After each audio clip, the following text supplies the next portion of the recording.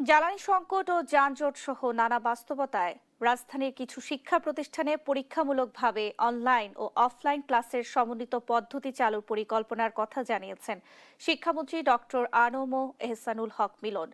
বুধবার বিকেলে রাজধানীর আন্তর্জাতিক মাতৃভাষা ইনস্টিটিউটে এক সেমিনারে কথা জানান মন্ত্রী।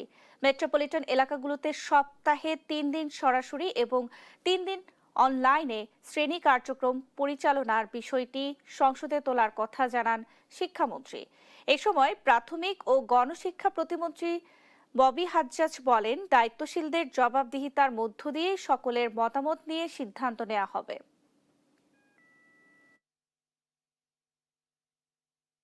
তো বলি না একদম straight everyday they should come to the school.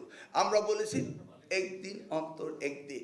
আমাকে ক্যাবিনেটে আগামীকাল আনসার দিতে হবে এবং ক্যাবিনেটকে যদি আমি বলতে পারি সঠিকভাবে, তাহলে আমাদের এই নতুন প্রজন্মের নতুন শিক্ষাধারা আস্তে আস্তে আমরা প্রবর্তন করতে পারি।